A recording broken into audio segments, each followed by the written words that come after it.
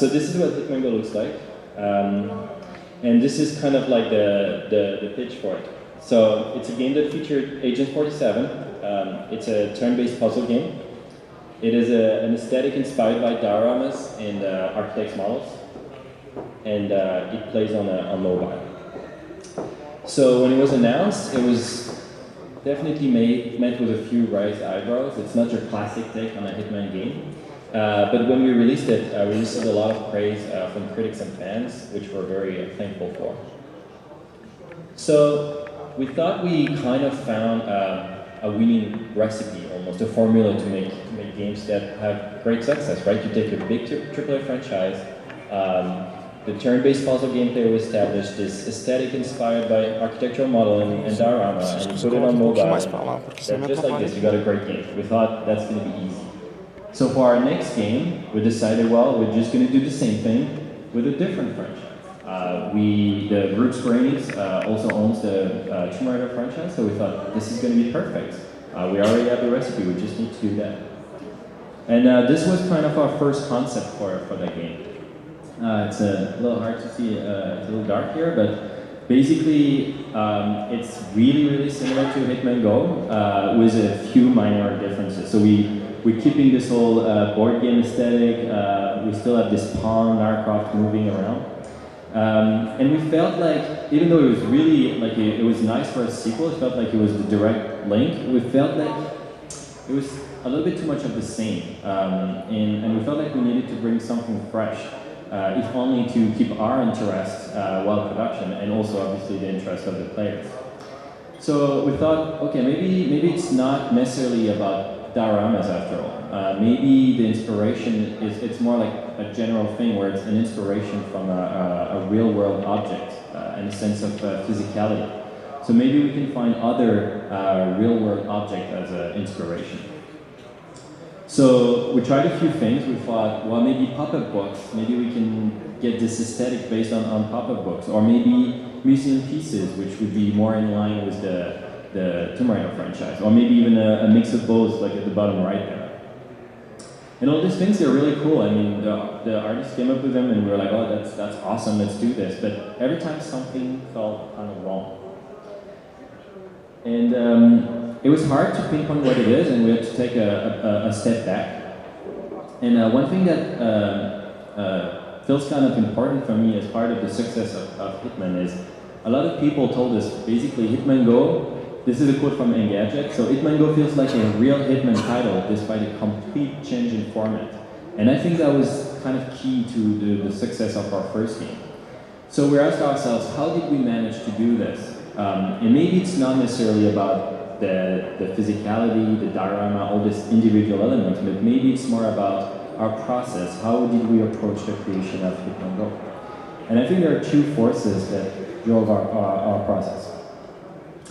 First is distillation, and the second is interpretation, and I will go a little deeper into what I mean by that. So, distillation, the way we approach Hitman GO is we try to understand the brand, Hitman, and capture its essence, boil it down to a linear, simpler game. We have this tagline internally for the game, which is Hitman GO is the essence of assassination. So I believe this was really much a process of distillation, right? You take something and you try to capture what's at its core. So we felt that we needed to do the same exercise for Lara Croft, and we felt like we need to find something similar, right? Lara Croft GO is the essence of something. And when you look at this franchise, Tomb Raider, the word that really felt like it was capturing what Tomb Raider is about is adventure. So we decided that Lara Croft GO would be the essence of adventure. The second part to our process is interpretation. Like I said, Hitman GO is an unexpected take on the Hitman franchise. We don't only boil it down, we also add a few fresh elements, things that are not part of the original franchise, but we think complement it well. The turn-based puzzle format, I mean, the big AAA Hitman is not a puzzle, but at a high level it kind of is. You need to find the right sequence of moves to assassinate your target. The architect model aesthetic, We felt that was just a great echo to this like luxurious, sparse environment in where Agent 47 evolves. And the diorama inspiration, we felt like it was a kind of a nod to the voyeuristic tone of the franchise. You always spy on people, you look at these little scenes of lives that are happening, so we felt translating them with little freeze frame scenes would be a perfect match. So all these things, they're kind of unexpected, but they're pretty relevant at the same time. And I believe unexpected but relevant notes like this, that's what created a compelling proposition. So we thought, how are we going to interpret Tomb Raider? What are the fresh elements we're going to bring to it? And to answer that question, we went back to that word, adventure. And for me, adventure in conjunction with Lara Croft, it never meant more than 20 years ago when I was playing the very, very first Tomb Raider. It's actually 20 years old, so it's pretty old, right? In video games time. And this was awesome. This brings so much cool memories of me as a kid, first 3D game I ever played, and it's just like, it has this sense of, yeah, adventure. Lara is going on an adventure and you're going with her. So if I go back to this piece of concept art that I say we discarded, there was one thing though that was kind of interesting and we actually kept. Hitman GO, the whole gameplay happens on a planet. Everything is on one planet. But Lara, she climbs on walls and rocks and stuff. So turning the gameplay from purely planar to 3D and having this vertical nodes, it's a little hard to see, but the thing she stands on, there's a few nodes where you can climb on top of. And we decided to keep that. And that turns the kind of like the basic element of level design is now a block, it's a cube, right, on which you can climb and stand on. And when you look at old Tomb Raider, everything was made out of cubes back then. Of course, it was technical constraint at the time, the CPU and the GPU, they're not very powerful. And the developers, they had to do a lot with very little. Of course, today the constraints are not there anymore, but that doesn't mean that low poly style is dead. A lot of indie games, they embrace it almost as a statement. And games like Below or Kentucky Route Zero or Monument Valley, they were a great inspiration for us. So we thought maybe that's going to be our interpretation of Tomb Raider. It's a cool modern take on low poly classic Tomb Raider 1.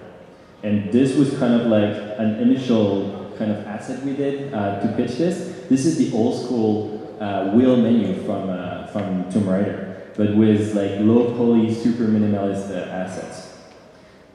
Then we did this asset, which is the first kind of like splash screen we presented to support our idea. So earlier I said what created a compelling proposition with Hitman GO was how we brought fresh elements that were unexpected but relevant, and I think here's the same. I mean, it's relevant, right? Tapping into the first Tomb Raider, that's like the source of the franchise. Already you can see the style, it's going to fit mobile, it's colorful, readable, feel like a great fit for a puzzle. And also, it's kind of different from Hitman GO, but you see some similarities in the style, so it's like some features that are common between the two Go games. There's an understated minimalism to it, it's kind of charming and cool. But like, it's also unexpected, right? We're not going with the same art direction in Hitman GO, and we're not going for exactly Tomb Raider 1, because if you actually look at that game today, it aged quite a lot. So the idea was to capture almost like a nostalgic impression of that first Tomb Raider, rather than just, do the exact same. So to summarize all this was the vision for our game. Lara Croft GO is going to be about two things. An epic adventure, echoing the classic adventure from the first Tomb Raider, and a distill gameplay expanding the puzzle format we established with Hitman GO. So now here's the challenge. When you think about adventure, you think about danger, risk, action, fast-paced, mystery, uncertainty. But when you think about turn-based puzzle, you think about systems, precision, certainty, determinism, transparency, every rule is clear, and order. So already you can see kind of a gap. The turn-based format made perfect sense with the Hitman franchise, right? Agent 47 thinking about his next move before acting. But with Lara Croft, it's not an obvious fit. So this is a lot what this presentation is going to be about. How did we bridge that gap? How did we make sure it created a unified package? And to explain this, I will go through 4 different stories that kind of happen in parallel and not sequential. It's like I'm going to talk about art direction, about Lara, game mechanics, and story. So the first thing is the art direction. So the question we have when we started Lara Croft GO is, what is it going to look like? This is the core of our game. This is a simple puzzle. Lara has to go from the top left to this glowy part on the bottom right, and she has to avoid this saw blade that's moving every time she moves. And it's a very simple puzzle. In order to do that, she's just going to go on the wall instead of going the straight path. So the question is, how do we art this? What do we create around this that it's going to feel like a true epic adventure? So for every story I'll tell, I'll start from Hitman GO because this was our basic material, and I'll explain our process to bring it all the way to what Lara Croft GO is. So this is what, like I said, Hitman GO looks like. And as you can see, Hitman GO is a very self-contained space. Everything, the whole gameplay happened in this wooden frame because of the board game metaphor. And in the game, you effectively have 2 camera modes. For most of the game, the camera is kind of top-down, and you have a strategic view, all the pieces in front of you. And you also have a peek mode where you can just orbit the camera around the scene to discover all these little freeze-frame scenes I talked about, like the swimmers, or as scenes get more complex, like all the different scenes we hid in the environment. So in Hitman GO, the player is really much a godlike, omniscient spectator. He has access to the whole, or he or she has access to the whole information. All the pieces that are in front of him or her, and he's in full control. And again, this makes perfect sense for Agent 47. Engineering the skill with all the elements, like seeing the whole scene and just understanding everything that's going on. But that's not what Lara Croft is about. She doesn't know what's coming up. She doesn't know all the elements. She's an explorer. She's discovering the world, and the player discovers the world with her progressively. So the player is not omniscient. So one of the first things we did is we actually locked the camera. There's no more orbit around and discover the world. Now the player goes with Lara and discovers the world as she goes. Then I'll show you this, which was one of very, very first visual of the in-game visual. So you can see it already feels really much like an iOS puzzle game, very colorful, really, very accessible, very readable. And also something that makes it feel really much like an iOS game is it's in portrait. Hitman GO was in landscape, but we thought that portraits is just more natural. That's just the way people hold their phone. So we really wanted to make it like this, like portrait. So it does feel very much like an iOS puzzle game, but does it feel like Lara is on an epic adventure? I don't think so. It looks more like she's in a theme park. So we thought, okay, how are we going to do this? So this is our second iteration. First, staging. Instead of walking in front of a facade, now Lara is walking on this monumental bridge, trying to get to that door on the top right. It's kind of hard to see. And as she goes, there's going to be a lightning bolt striking the statue that's going to collapse. So we thought we were making a good step in the direction of creating drama and mood, and nothing better than a good thunderstorm to help doing that. So we felt pretty confident that we were going in the right direction, but we knew we weren't quite there yet.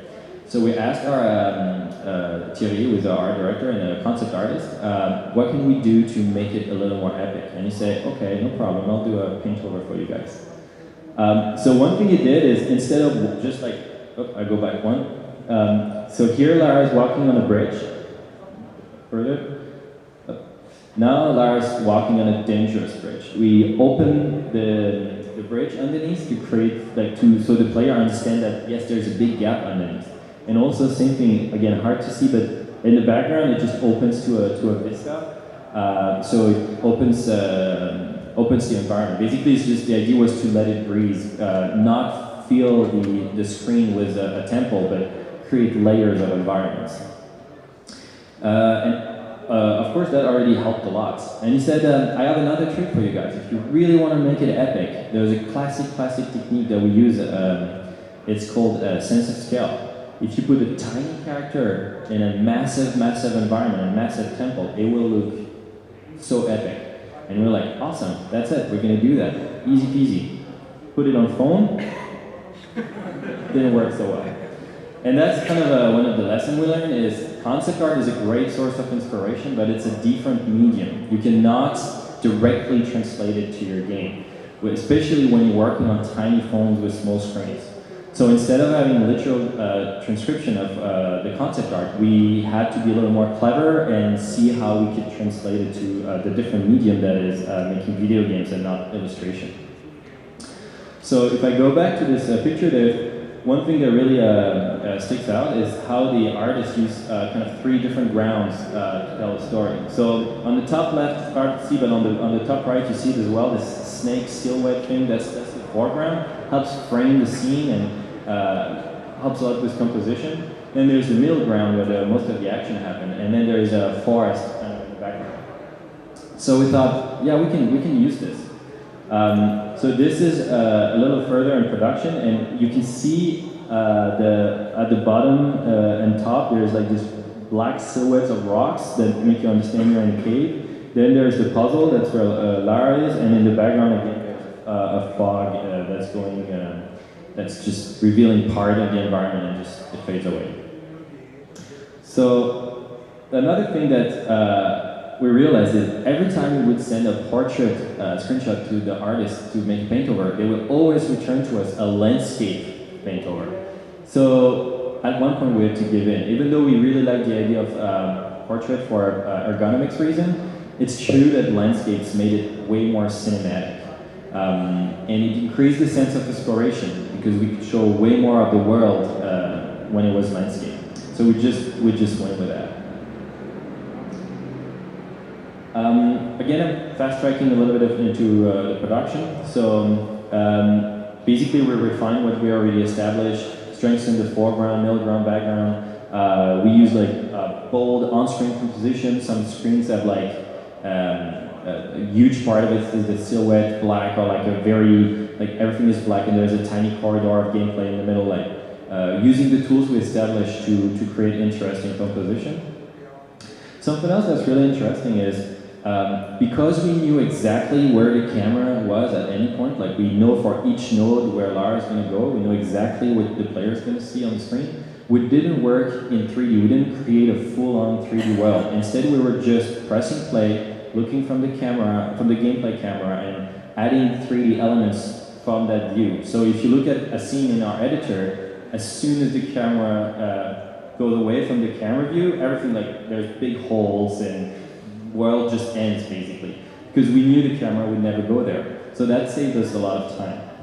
And another trick with it is every time the artist, they would create a composition and then they would take their preview screen and make it really, really small to make sure it was always readable, because this game is going for phone. So on phone, you want to make sure everything is readable. Again, going a little further, so you see how it's like a refinement of the first image. And basically the composition is the same, some difference in colors, and something is adding a lot of selective details. And what I mean with selective details is add details, but not everywhere, just to certain specific area to give it texture, but not overload the scene. And especially you can see how the gameplay parts, the kind of puzzle part at the bottom is very clear. There's huge flat surfaces here, you know exactly what's happening, it's very readable, and all the details there outside specific areas. And this is one step further. We use different color palettes to create interesting, strongly identifiable locations, so creating more variety basically. And this is the final result. And what's interesting to me is, I think this really feels like an adventure, but the puzzle she's on right now, it's actually the exact same puzzle we had at the beginning. It's only through level art that we were able to create this real epic adventure. So to summarize, what we did on the art. So we changed the camera to bring the player from a spectator to an actor, going with Lara. Staging and mood helped us create dramatic tension. We learned that concept art and typical technique to create a sense of scale wouldn't work right away, and we had to find a proper way to adapt them to the small screen of a phone. Interesting foreground and background add depths and create a mysterious world. And finally, strong composition and use of selected details helped us flesh out the world without breaking the readability. Now I'm going to talk a little bit about Lara. Again, I'll start with Hitman GO. So in Hitman, all the characters are little plastic cons because of the board game metaphor. So they don't have any animation. The only animation is just one bone animation, the way they move.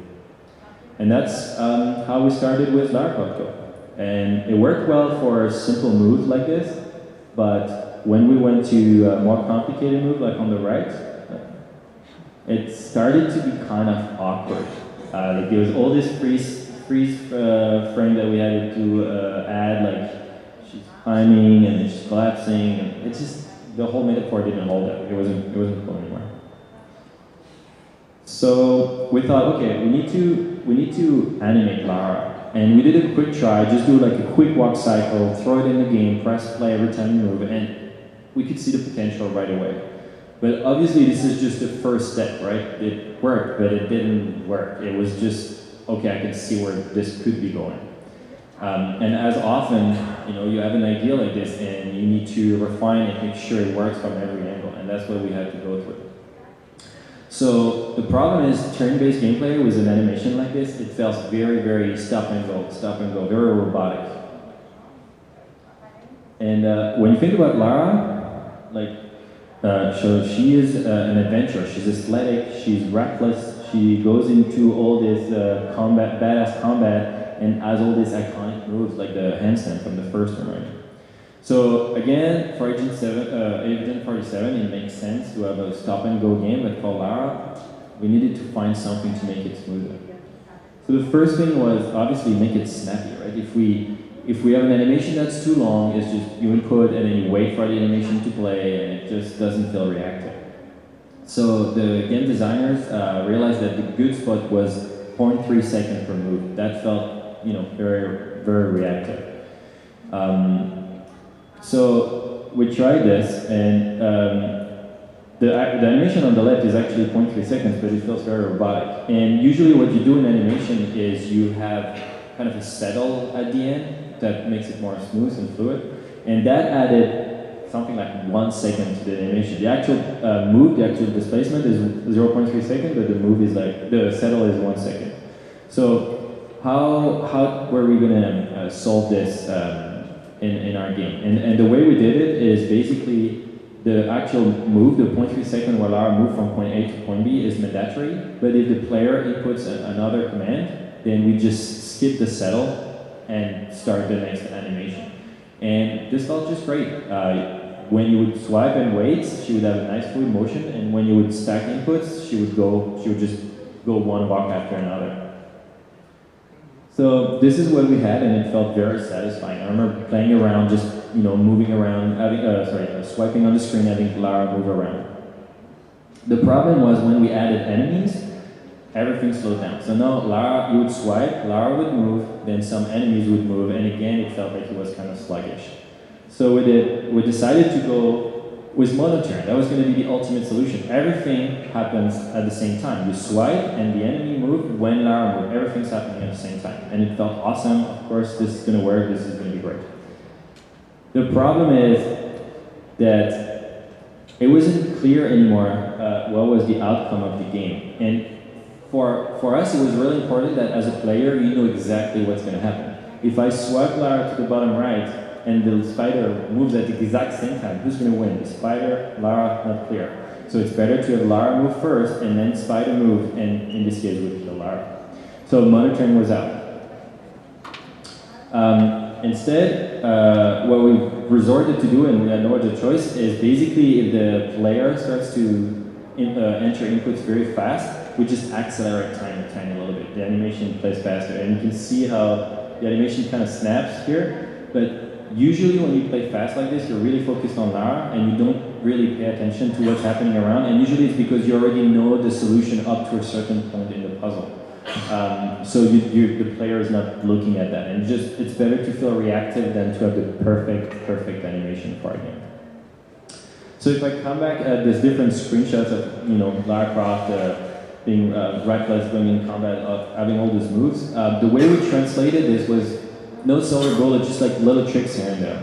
For the fact that she's reckless, we added variation of animation where basically sometimes when she grabs the ledge, she almost falls. Doesn't have any gameplay consequence, but it just gives a feeling of danger. The combat, well, we had this combat from Hitman GO where basically when you arrive from behind or on the sides, you eliminate the target, and if they arrive on you, they kill you. And when we used this system, added the verticality and animation, and right away created super cool animations where Lara would jump from the top and kill a spider, snake, for instance, and it just felt great. And for the classic moves, we had to do a little bit of fan service here. So every now and then, when you climb on the ledge, Lara would do a handstand just like in the first Tomb Raider. So to summarize, we added character animation, and it was key to turning this turn-based puzzle into an action adventure and translating the athletic personality of classic Lara. And it was not straightforward. We had to find a few tricks to hide the turn-based stop-and-go gameplay and to dress up the stop-and-go gameplay, to dress it up with smooth animations. Now I'll go talk a little bit about game mechanics. So these are the game mechanics of Hitman GO. So basically taking elements of the AAA franchise and boiling them down into turn-based mechanics.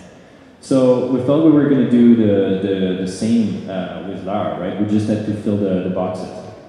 And I talked before about distillation. Well, this was really much an exercise of distillation. Lara views our environment. Well, we would be able to move some blocks. Lara is not killing henchmen like Hitman, but she's alone in a hostile environment, facing creatures. So we removed all the human enemies, and we only added creatures.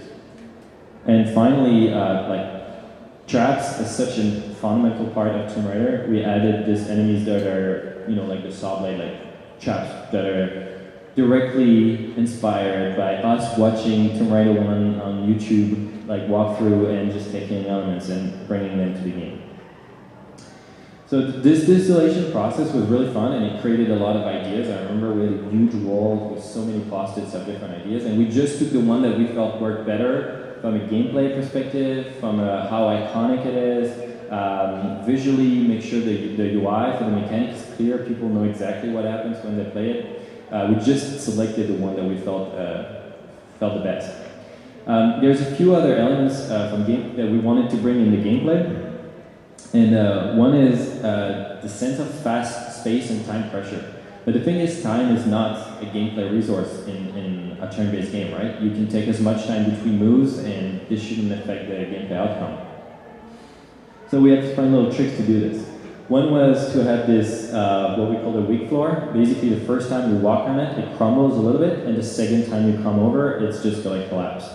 And the thing is, we saw people when they were playing with this mechanic, they would go on the weak floor, floor crumbles a little bit, and they would just swipe faster. Doesn't have any change in the gameplay. You could potentially stay as long as you want there, but it just creates a sense of time pressure. So same thing, we brought back directly a mechanic from Hitman GO where there's one enemy following you, and again, creates a sense of time pressure. The enemy's is just behind your steps, and you have to escape it. And finally, I really like this mechanic. It's this door. So you pull kind of a lever, and it opens, and then you got 6 turns, and the door is slowly closing, and Lara has to escape. And the puzzles are made so that every time, of course, at the last countdown, Lara's just like sliding under the door. Again, everything's time-based. Turn-based. There's no time, but it feels like hers.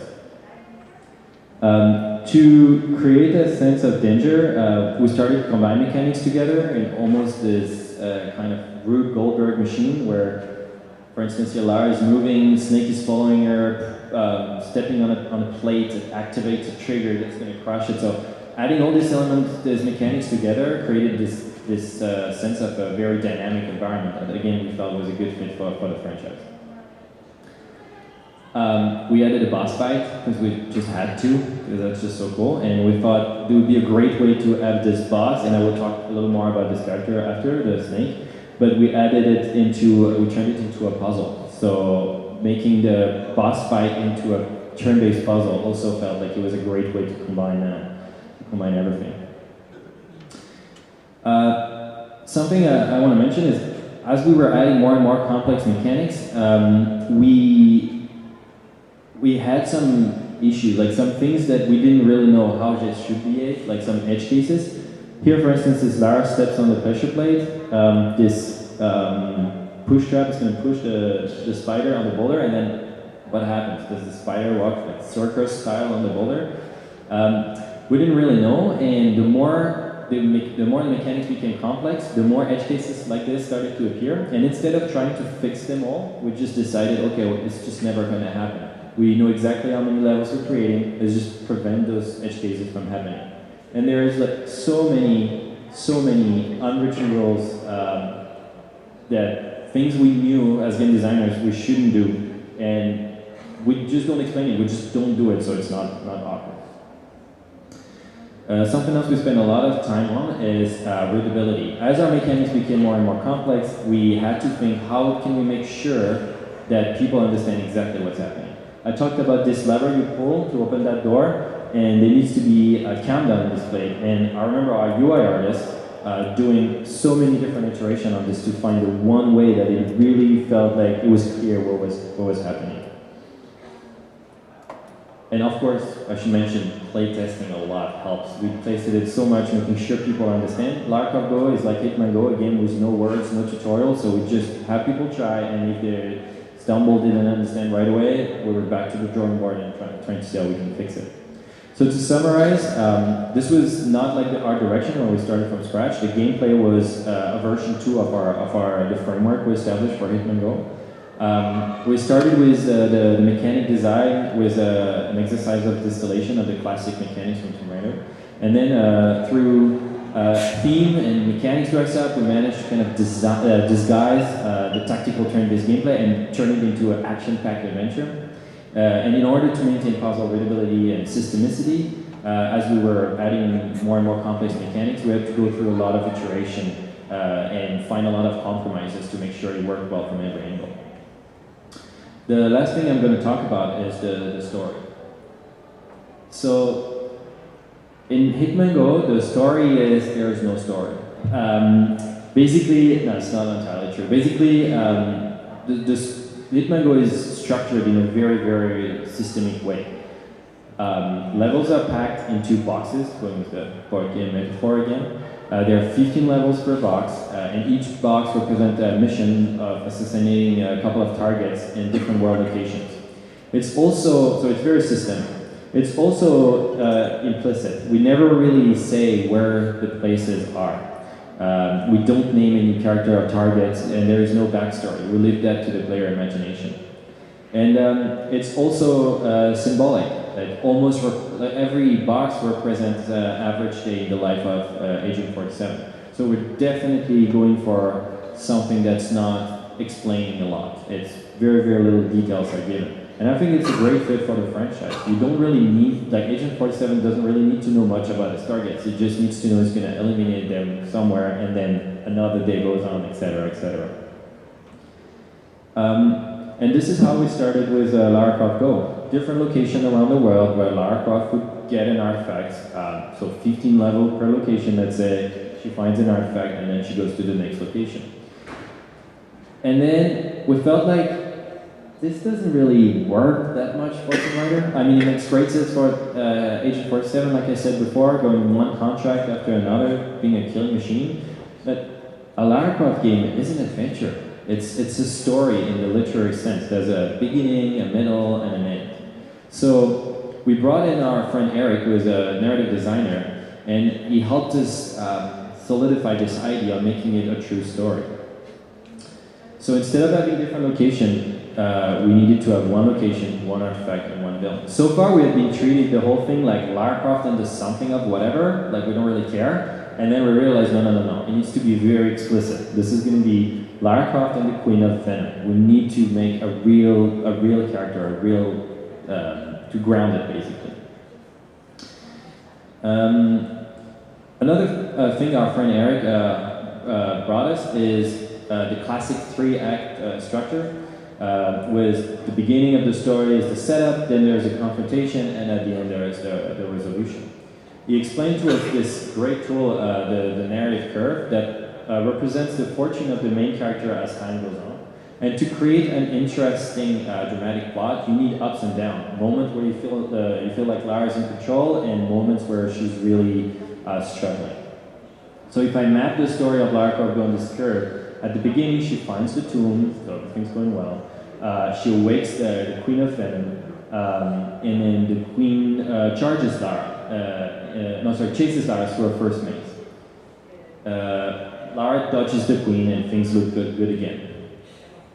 But Lara reveals the second maze, and she again eludes the Queen, and she finally sees the artifact she's here to get, and things look good. But the Queen knocks Lara off the bridge, and Lara falls all the way into a strange new maze. And this is the lowest point. Like, you think maybe she's dead? No, she's not. She kind of wakes up, and she has to make her way through this new maze. And finally, there is the epic combat between Lara Croft and the Queen of Venom, and she wins. She gets the artifact, the temples start to crumble, and Lara narrowly escapes. And this is the story of our game, and you can see how things are going good sometimes and worse some others. So basically, the level designers were done pretty early compared to this work on the narrative structure. So we had this whole sequence of levels already done, like the one on the left, no dress up, no visuals. And when we were playing them, they felt like great puzzle, but it also felt like we didn't really know where we are in the story. It was just like one level after another. So the question was, how do we bring story in this sequence? And bringing this, so you don't really know where you are. So bringing this 3-act structure helped us find themes for each act. So the first one is based on nature as she arrives in the temple. The second is based on man and this long-lost civilization that she discovers. And as she gets closer to the Queen's Nest, things get more spiritual, let's say. So if we do the 3 acts, so green, blue, and red as the three environments I talked about, plus a few levels of introduction and conclusion, already that helps us distinguish levels. So then we brought the story I talked about through short cinematics, and we dispatched those cinematics at different points in the game, so we felt like it was giving a kind of a rhythm. And so things were getting better. You would have a more sense of why Lara is here and what she's trying to accomplish. But we still felt like we were missing some goals for the player. And basically what we did is we introduced this very early in the game. I think it's the 5th level. There's this level, this big door you arrive at. You see the artifact is on the top right, and there's 3 locks of 3 different colors. And you know you're going to need 3 keys to open these 3 doors. And you find the first key right away. And then, you know, as you go, you're going to find the other keys, and you have kind of a sequence of goals that you need to accomplish to finish the game. So if I, again, map our level, this is the introduction. She arrives to the central hub, sees the artifact. There is this green key she finds, open the first maze, the maze of nature.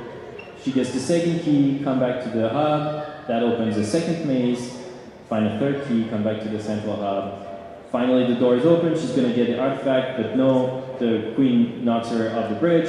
There's this strange third maze, she comes back and gets the artifact and escapes. So the structure of like having intermediate goals really worked. And we decided that we would do it at, like for each maze, we would do the structure again. So we introduced this bridge that's broken. And this levers that basically every time you pull a lever, one piece of the bridge comes up. And the thing is, now going through this sequence of 15 levels, one maze, you know exactly what you're trying to accomplish. You're trying to get all the pieces of the bridge there so you can actually enter this big snake head statue. And that, again, gave a sense of purpose. You're not solving puzzle one after the other, you're actually trying to accomplish something.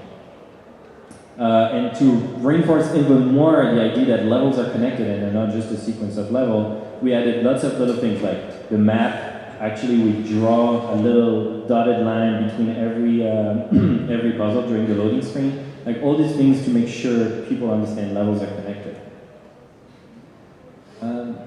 So to summarize the work we did on the narrative aspect, we had to turn a sequence of puzzle into a true adventure. So we did two things. We brought on an explicit story with narrative beats and which are told through a short cinematic. And we added a strong structure of clearly stated hierarchical goals so that the player feels like they're really doing more than just solving puzzles. They're actually part of an overarching adventure. So, conclusion. Did we, oops, sorry, back one slide, yeah. The game, I think we succeeded, to be honest. I think we managed to bridge the gap between the turn-based puzzle structure and the epic adventure that feels like Tomb Raider. And we also managed to up ourselves a little bit from Hitman GO, adding new things like animation, verticality, etc. I think there was no silver bullet. As you saw, I mentioned a lot of points, a lot of little things that really helped. It was one bit after the other. This is part of the team that worked with me. And it was really much everybody brought ideas to the table and helped solve the problem of how to make this game great and just feel tight. We had a very holistic approach. We always tried to see the problem from every angle. Does it make sense from a game design point of view? Is it going to create a lot of work in programming, or is it reasonable? Does the UI work? Is it visually interesting, etc., etc.? This is a quote from GameSpot saying, "Navigating Lara through these puzzles doesn't feel like a simple puzzle game at all. I feel like I'm playing a true Tomb Raider game." So I think it just illustrates that we managed to do what we wanted to do. So it was a long journey, but like I said, I think I'm really happy with how it turned out, and I hope you do too.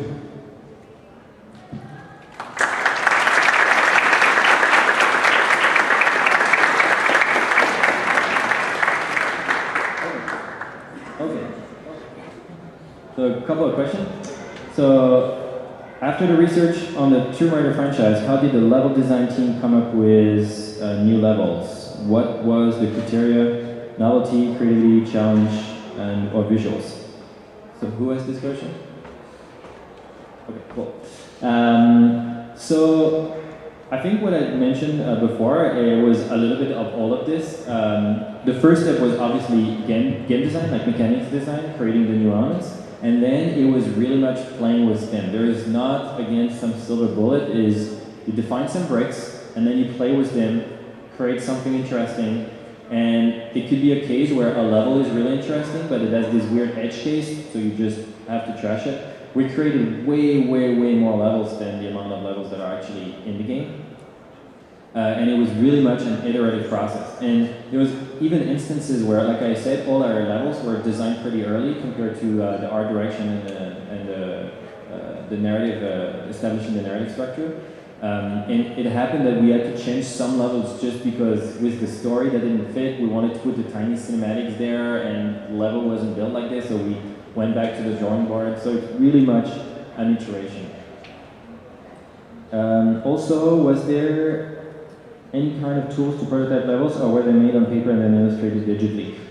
No, it was all in game. We used Unity and we made this tools, so it's really easy to create levels. I think if tools are super easy to use, then the designers are just going to be excited to use them, and they're not going to fight against the tool. Instead, they're going to just be making levels. It's you and puzzle making, and that's it. And yeah, basically the tool was you create blocks very easily. You can add nodes, and you can just drop like spawner of creature, or like a spear, or a mechanism, just with one right click, basically. The second question is, what precautions you use about the character's size, Lara and enemies, comparing to the screen size, proportion in math or test? Who has this question? Okay, cool. So again, trial and error. And the thing, that was actually a scary thing because the size of Lara, it was hard to judge when we didn't have a lot of the environments. But at the same time, once the size was kind of decided, we were producing animations, and we knew that if we had to change the size, we had to redo a lot of animation. So I remember one time we were like, okay, we're not sure. That looks like a good size, especially on phone. Like try it on phone and see how it feels. Hopefully when the environment's going to be there, it's still going to look like a good size. But really, this is our best bet at the moment. So let's go for it, and let's hope it works. And it worked out. But I guess if it wouldn't have, the thing would have to be, make sure that you spot it early on, as early as you can. Be like, okay, guys, like let's not linger. I think we should change the size because it just doesn't work. So kind of be reactive. But yeah, trial and error.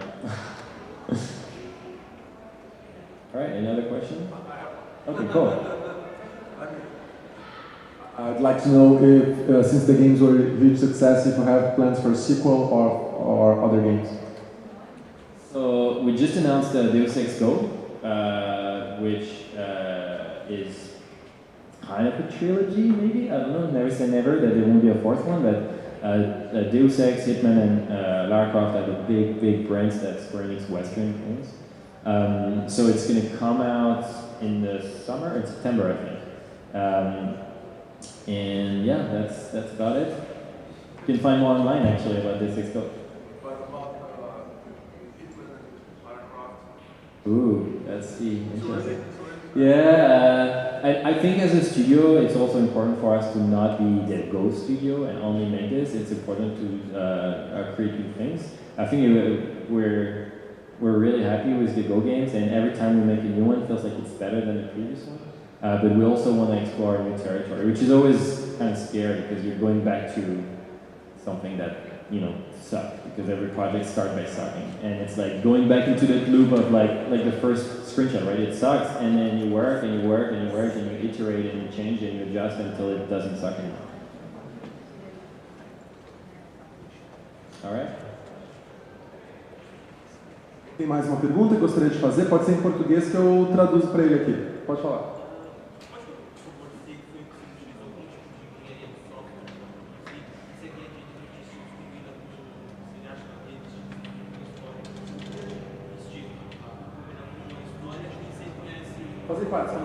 The question is, did you use some sort of software engineering to make the game, and